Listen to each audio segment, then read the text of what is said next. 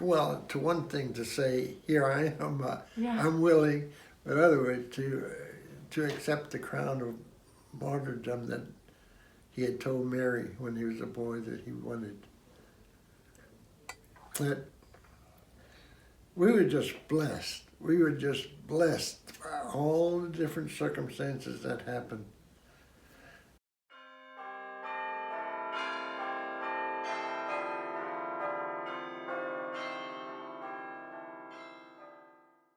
We were going to build a church, Saint Maximilian, and a classmate of mine in Austin died, Father Richard McCabe.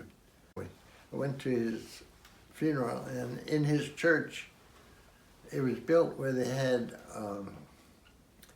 a walkway on the inside and see the life of Jesus. And so I said, that's an idea. So that's how we got the idea of wanting to put Maximilian's life around the building. And just about that time, they had a liturgy conference in Houston. Rich Buswell came up and we started talking, and I was telling him we were going to build a church. And, you know, his business is designing windows, and somehow that came up. And so he said, can I go by your place tomorrow? We had started the building, but we didn't have, it was just the outside. And so we walked around, and I was telling him about that idea that I thought maybe somehow in the windows we could put the life of Maximilian. And somehow we came up with the idea of having Mary in each of these windows and the life of Saint Maximilian around them. Mary was really special to Saint Maximilian. And so he and I, after that, would start talking. And I'm not sure how we made an agreement that he would do the windows, but I was so desperate and he was so anxious that we came up with it, and he'd tell me, I have this idea. And I said, that's great. And then he'd come up with some more ideas. He was really good. It was really funny because I told you, I think, how we had the dedication of the church, but we didn't have the windows in yet because we didn't have money. Yeah. And I mean, we had the windows planned, but we didn't have them in. We just had plain glass.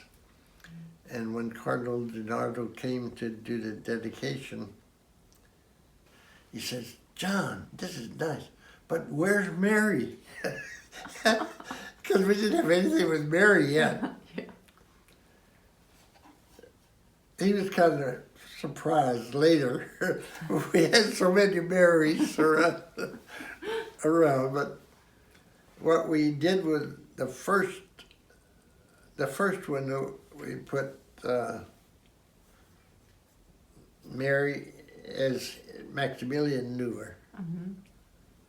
And Just then we over. kept going around, and we ran out of Marys when we got over to the side of the church. And then somehow we thought of having Mary as she is beloved in this area, and that's why we put Our Lady of Guadalupe. And then he went to Japan, and I said, I don't know if Mary, I must be, and I looked up and I said, I don't know if that would be a good one. And then I thought, well, we have so many Vietnamese here in the diocese, and that's kind of Oriental. So I said, I put the Blessed Mother of the Vietnamese up there. That's how that one got there. And at the end we had the Immaculate Conception, because she's a patron of the U.S. and also she special Mary to us, but also to Maximilian. Yeah. And that's how we got those. I wanted to put the Hail Mary all the way around, all the way, the whole Hail Mary. And after talking, and I think this was on the phone, because we weren't right there, but he said, I think it'd be better if we just put what we put, the part that we put, and end up with, at the hour of our death, right there where Maximilian dies. And, that was really special. That was the window that I really thought, because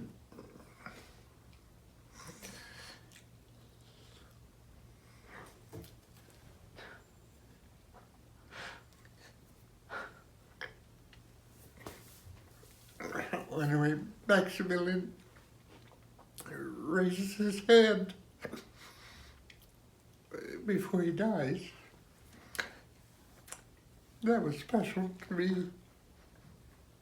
Anyway, there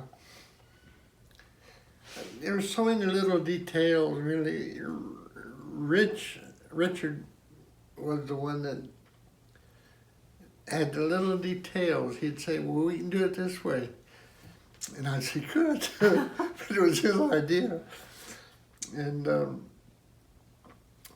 don't know, it turned out really nice. I thought, we didn't have money at the time, but I guess it was more my idea, not Richard's, to put at the bottom of each window a little bit of explanation.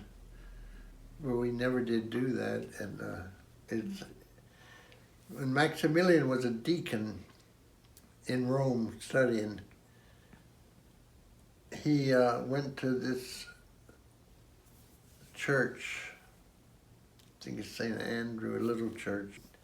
He heard the story of this Jewish man who, at that particular church, he was Jewish and he didn't believe in Christianity at the time.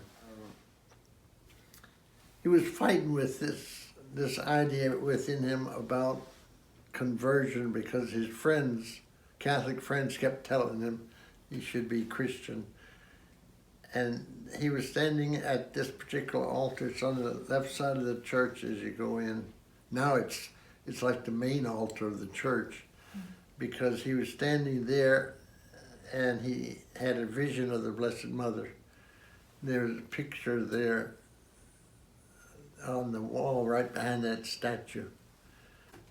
And so when Maximilian became aware of what had happened, he celebrated his first Mass, not at St. Peter's like the rest of the priests did and wanted to do, but he wanted to celebrate his first Mass at that altar.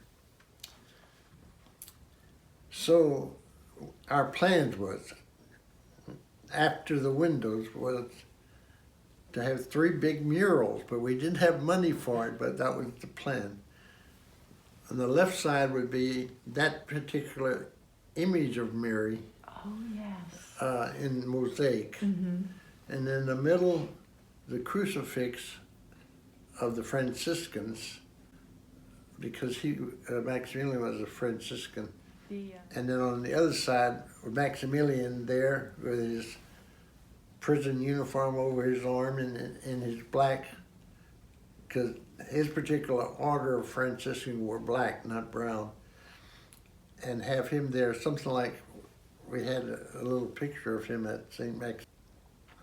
That was the plan, but we didn't have money because I think we got estimates from one from Italy and some other to do mosaics, and it was like $60,000 for this, and I don't know how many thousand, and we just didn't have the money. Right. And since there was a brand new church, beautiful new church, I asked Pike. So he has a wooden place, different kind of woods. And so I went to him and I said, would you be able to make a wooden cross to put the statue that we had used in the former church? I said, it'll only be there a couple of weeks because that's what I told him, a couple of months.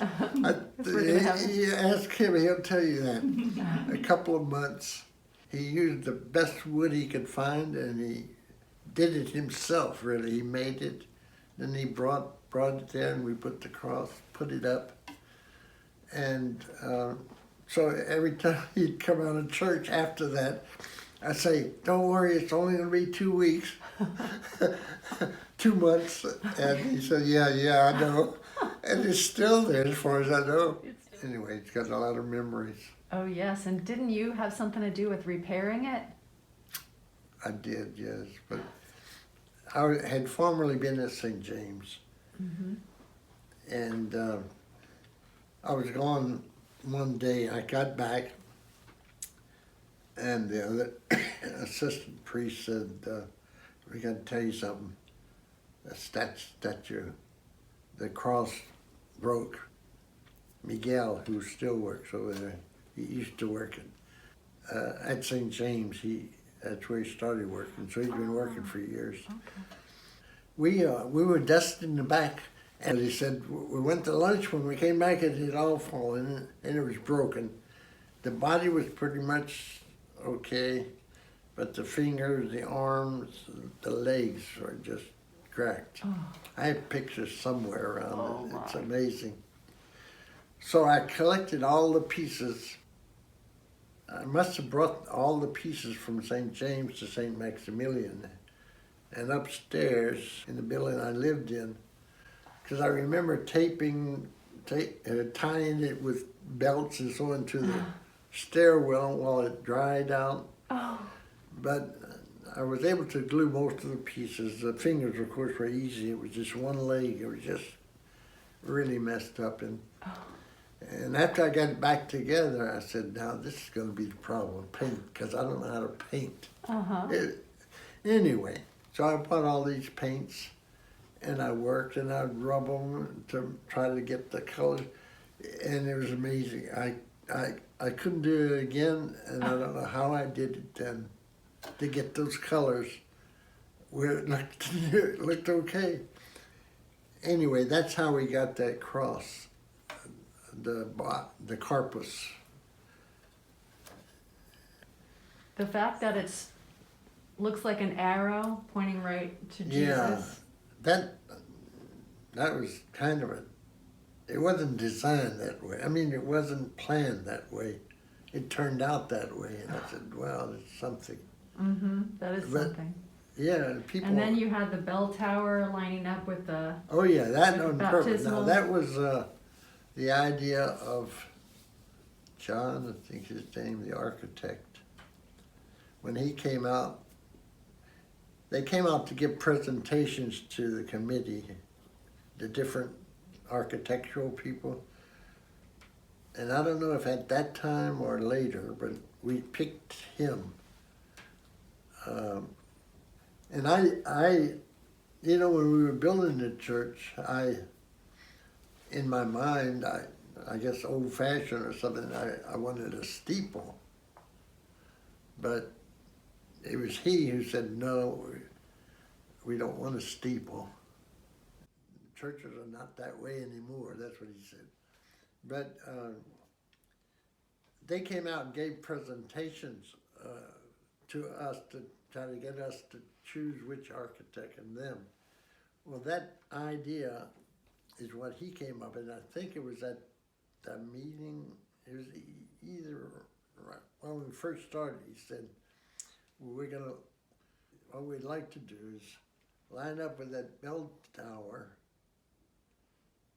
straight across and have like the church, Maximilian Church here, and his prison history with the bell tower there. I have to tell you about that in a minute. And then the activities of Saint Maximilian around here, and right in the middle we have an image of Saint Maximilian. So there was that was part of the plan, to have a straight line from the bell tower straight up the middle aisle to the altar. And that bell tower, when I got there, the bell tower didn't have a cross at the top. And so I asked him if I could get a stainless steel cross put up there. And they did it for me. Well, one of the ladies who had been there from the beginning, I remember we were standing outside one day looking up there, and I said, "Don't you think that's a good idea to put that?" And she said, "No, because the bell tower was originally constructed so that it would be a reminder of the guard tower at the prison." And so putting a cross there, I said, "No, but that's the idea, that the cross overcame the prison." I think it's really important. The other thing, so many things that he did, you know, like he even had design of a spaceship. Yeah. And that's in there somewhere in one of those. Yes. But his whole life was really special. But I think the end of his life, when Pope canonized him, he called him the martyr of charity. Because martyrs weren't known for their charity, they were known because they gave their life for somebody. But that's how Maximilian is called a martyr, because his love was a witness to it. And so he might not have given his life for another, or exactly a martyr, but he did in a way by volunteering to be the prisoner who would be put to death because they had an escape. And that idea that when he's dying, he is said to have lifted his hand, and that's why in that picture we have down below "Martyr of Charity." To one thing to say, "Here I am, I'm willing," but otherwise to accept the crown of martyrdom that he had told Mary when he was a boy that he wanted. But we were just blessed. We were just blessed by all the different circumstances that happened.